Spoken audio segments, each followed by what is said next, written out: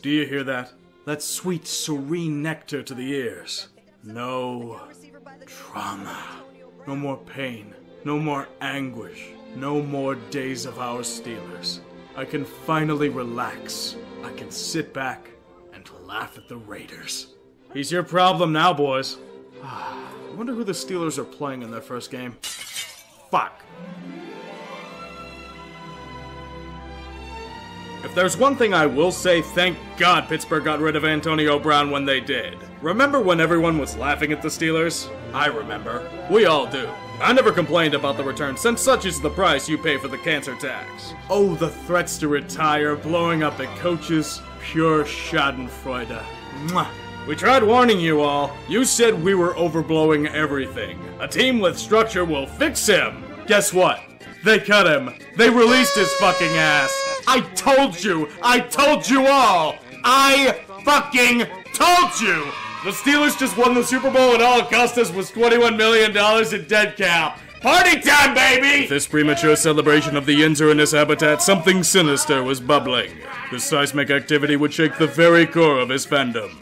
What? The Steelers had no longer won the Super Bowl. He signed with the fucking Patriots?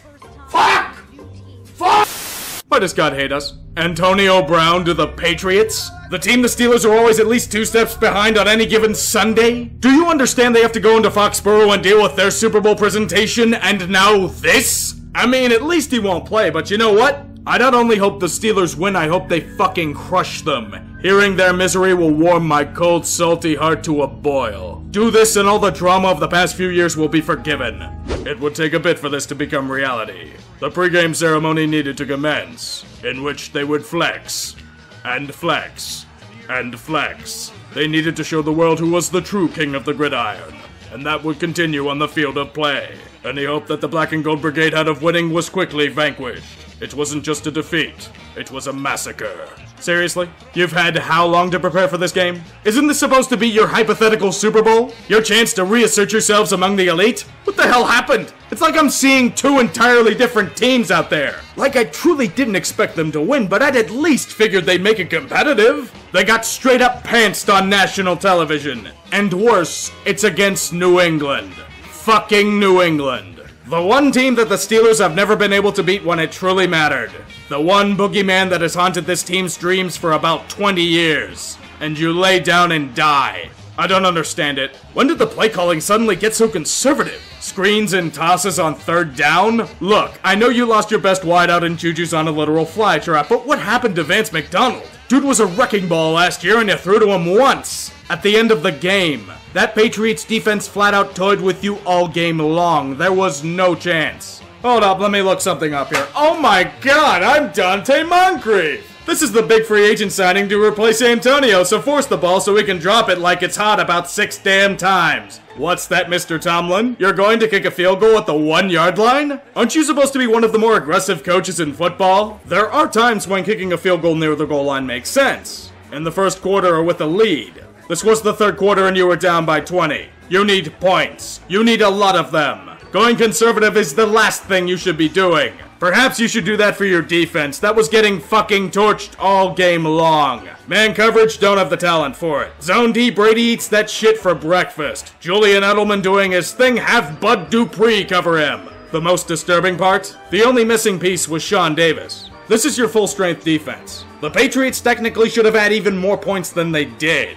If there's one play that symbolizes this game, it's this.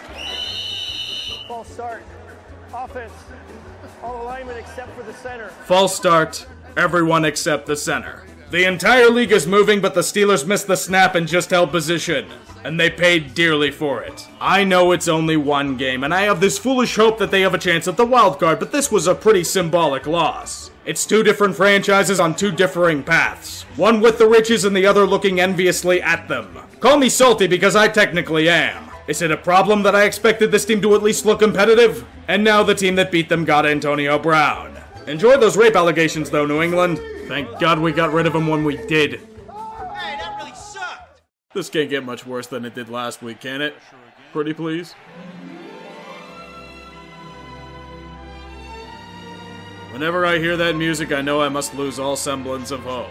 There will only be anguish and self-destruction from here on out. The fact that I have to separate this again means that I am going to die. Repeatedly. I told myself I wasn't going to make this a regular occurrence. I want to do other things, you know, but no, key events have to keep happening. Fortunately, the off-field drama is gone. Yay. This week's matchup is at home against the Seattle Seahawks. Unlike the Patriots game, the Black and Gold Brigade should have a good chance at winning. They are equals. Two hungry teams eager for playoff berths with questions to answer throughout the season. They would not be for the early part of the game. The offenses were silenced like a Pittsburgh suburb after 9 p.m. And we praise Stephon Tuitt for restarting the sack machine. But for this team to unlock their full potential, they must call upon the powers of a weakened legend. Captain Fat Fuck, leader of... Oh no, there's a man down. Vanquished. Out for the remainder of the season with an elbow injury. I was wondering when this day would come. His body, after years of taking a beating behind the pocket, finally breaking down on him. But it still takes you by surprise. An era may truly be over. One of the final main characters of Days of Our Steelers falling to the wayside. And to be completely honest, I don't feel bad. I don't feel any sort of pity whatsoever. I don't even feel joy or happiness. I'm just not feeling anything right now. I'll go into more detail. I will miss Ben Roethlisberger, the talent. I will respect what he has done for the team to bring 2 Super Bowls to the Steelers and remember his abilities in his prime. I will not miss Ben Roethlisberger, the person. He was as much of a diva as early stage AB, and he had far too much control over the offense. There were way too many missteps in this category, a good deal of scorned people left to the wayside in his wake, and he's not exactly Man of the Year material, if you get my drift. Sadly, off the field isn't where it stops. If you looked at his recent performances, he just looked really flat. It was a man well past his prime, suffering from years of physical decline. It just felt like I was watching a husk play football. It was kinda sad. And now, with having to undergo Tommy John surgery to repair a badly damaged elbow, I don't think he'll even be the same quarterback he was in recent times. A 37-year-old man going through that kind of painful rehab to re-strengthen his arm and get back to game speed? I hate to say it, but Father Time never takes no for an answer. He apparently wants to come back and honor his contract, but it's time for a fresh start. Bringing back the old guard isn't going to be conducive for any sort of future success. Just look at the Giants with Eli. Clinging on to those old memories never does anyone good in the sports world. Ben's main focus from this point forward should be on his kids. Even with surgery, he has enough money to never play a down of football again. I feel he's earned the right to relax with his family. Then in 5 years, he goes to Canton to get a gold jacket. I think that's fair enough. The question of if he returns, though, is one for down the road. We are now introduced to the new general of the offense, Mason Rudolph. If there's one thing I must say, the offense looks significantly better under him. Unless your name is Dante Moncrief, then you just drop everything and cause a pick. I'm liking what I'm seeing from Rudolph from this limited sample size. He has poise, he seems like he can read defenses, he has a good sense of the pocket. I want to see more. This injury is the perfect opportunity to see what the Steelers have in Rudolph. I wish I could say the same about the defense. Oh dear God, it's a wrap. It's an outfit that has pieces, but the scheming is just... ugh. It was the epitome of frustration. The Seahawks were trying to hand you the game with a couple of fumbles, but to no avail. Yes, Keith Butler, Russell Wilson does run in high-pressure situations. He did a ton of that, especially on the final drive. One stop was all you needed to try and get a victory, but there was nothing. Steelers lose, the world dances on their corpse. At this rate, where do you go from here? They're in trouble, there's no lie about that. Too many questions to answer about the team, and they don't have the talent to bail them out like in seasons past. I am interested in how Rudolph develops, but it's not looking good so far. At least if we suck, we have a nice draft pick. I should have known. It's not the Steeler way to tank. They are gambling on their first-round pick this year being late. The prize, Minkah Fitzpatrick. A second-year high-pedigree defensive back who should give their weakest point a shot in the arm. Especially with a certain Sean Davis going on IR. It's ballsy. Very, very ballsy, I'll give them that. But on the same day as your longtime QB's out for the season? I don't know how to feel about it. This is the epitome of high risk, high reward. If Minkah is as good as they say and can be an answer in the secondary for a decade, it's worth it. If the Steelers fall apart and finish with a top 5 pick, it'll be a disaster. Maybe they'll give him a damn position and stick with it, unlike in Miami. Either way, there will be tension. Just another day of our Steelers. Please win against San Fran so I don't have to separate this again.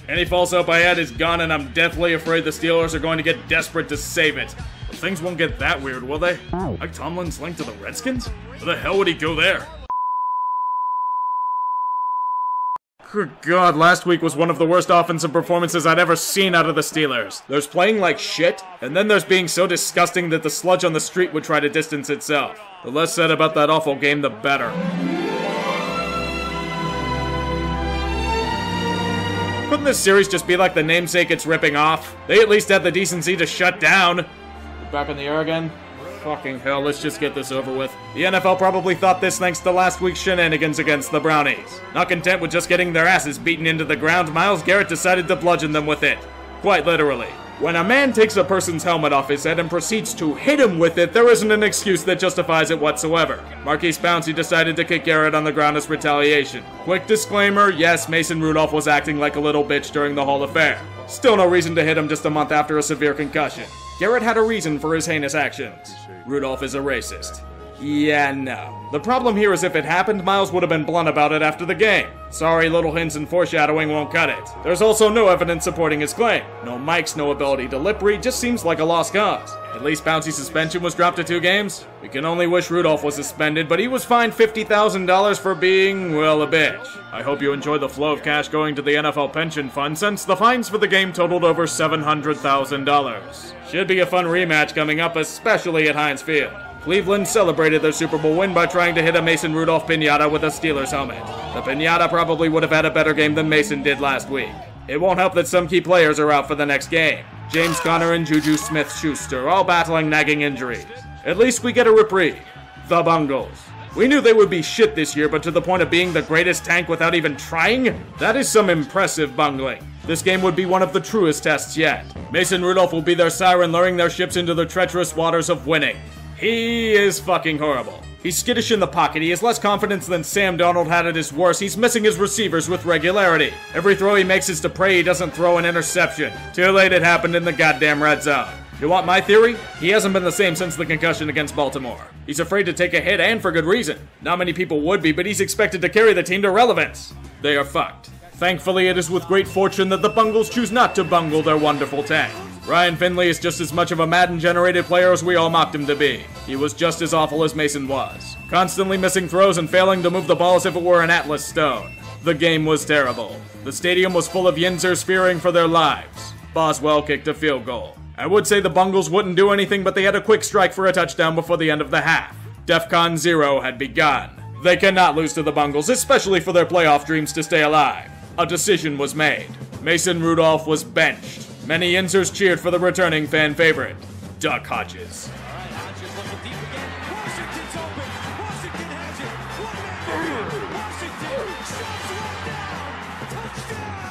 The offense did a thing. I repeat, the offense somehow did a thing. I am shitting myself at this phenomenon. True, Devlin Hodges was a lot better than Mason was, but that isn't saying much. In reality, he was at least poised in the pocket. He ran around too much for my liking, but he did something-ish, maybe? Doesn't help that the Bungles tied the game again at 10, but Cincinnati has shown one thing that they've lacked for years. Discipline. They are set on the tank. Even Tyler Boyd knows that the true goal is for that wonderful #1 pick. Thus, we are saved from a horrible fate. Everybody wins. The Black and Gold Brigade keeps up in the playoff race. The Bungles maintain their inadvertently constructed tank. May we bless them in their quest for 0-16. Or not as they bench Madden Regen number 724 for Andy Dalton again. That sounds like the Bungles, alright. Now watch them win something like 3 or 4 out of 5 and fuck up their tank. Cincy, please don't get distracted in your quest. This will be your greatest accomplishment since the 1980s if you lose out. You won't though because you're the Bungles. At least the Steelers are doing the right thing in starting Duck Hodges for the game against Cleveland. As Mike Tomlin said, at least he didn't kill the goddamn team. We're probably getting our asses kicked, aren't we? But at least we can have pride or some shit like that, right? Despite their stumbling, somehow, I have no idea why, but the Steelers hold the 6th seed in the playoffs. They technically control their own destiny, despite the offensive impotence. Unlike in the past, the false hope is gone. That may even go for Juju. Recording yourself going over 100 miles per hour? They're corrupting him, aren't they? God damn it, he's already ineffective on the field. You can't turn him into the next hell they unleash. Please? Perhaps I can get this started, unlike the Steelers' offenses of late. They were horrible against the Bills, but this week is a special one. Allow me to regale you in a story. 'Twas the week before Christmas, and all through MetLife, not a creature was stirring, not even a plight. The stockings were hung in the end zones with care, in hopes that the Steelers would soon be there. Sam Darnold tossing and turning in his bed, while visions of ghosts danced in his head. And Gase with his genius and Bell's sick raps had struck to plan for a nefarious trap. In a Southside bar there arose such a clatter. Songs skipped on a jukebox. It was Cam Kelly's matter. Off to the bartender he flew in a flash, threatening violence on his life, and began a clash. Handcuffed by the police over new-fallen snow, they step on the feet of his girl below. When he strutted his chest and kept it real, Cam was punched in the face repeatedly with zeal. Charged with 3 misdemeanors, he's in a rut. The Steelers saw enough and his ass was cut. In his press conference with cliches and name, Mike Tomlin spoke his thoughts on the game. Now Devin, now Mason, now TJ and Johnson. On Connor, on Juju, on Minka and Hayden. The standard is the standard. We can't live in our fears. Obviously a huge game, one that affects playoff years. As the game commenced and the footballs fly, Darnold lit up that New Jersey sky. Terrell Edmonds and play recognition don't mix well, but the Steelers' offense, it was a living hell. Duck Hodges, the rookie and cult icon, is making fans feel dread and withdrawn. Look to the air and see a morbid sight. Throwing the ball right to defenders, a deadly plight. The Steelers' attack was abhorrent and moot. That once thriving group now reduced to ashes and soot. As the defense does enough to keep them in the game, a throw into triple coverage undoes it all the same. The Duck, it was overcooked. His throws are pure suck. The time has come to turn him into Chuck. Rudolph with his confidence renewed, back in the game to hopefully not be booed. Look at his actions, the ball is moving. There may be hope yet, call it behooving. The sky is filled with the present of a ball. A tie game at halftime, perhaps hope for us all. It may be false, but it's a temptress to many. Anything to get the Yinzers from begging for Benny. As the butt fumble turns and makes the defense bend, a field goal is kicked, they have a lead to 10. But at least with Mason there's a sliver of a chance. A shoulder injury will have us begging for the lads. We all collectively say the word fuck. They must go back to the overcooked duck. What a horrible sight. Botch snaps abound. Pouncey's a Pro Bowler. Here's an injury to compound. A weak Jets defense was barely put to the test. Pittsburgh's self-destruction would do the rest. Another field goal for New York to crown. Do you honestly see the Steelers scoring a touchdown? In a collective sigh, the Yinzers, they woe and fret. Jesus Christ, we just lost to the Jets. They sprang to their grave. To his team, Mike gave a whistle, and away their playoff hopes were shot like a pistol. As I hear Ben proclaim, as his beard grows with might, I'm coming back in 2020, and to all a good night. Does this look like a guy who gives a shit anymore? He's only coming back because he's got over $30 million waiting for him on the other side. Yes, he'd probably do better than whatever the fuck is out there now, but I don't think he's going to be the same Ben we've been accustomed to. He's going to be a shell of what he was. I know how this story ends, and it usually isn't good. Somehow the Steelers can still make the playoffs, but they don't really deserve to make it in. Not with shit like this. Losing to the fucking Jets. God damn it.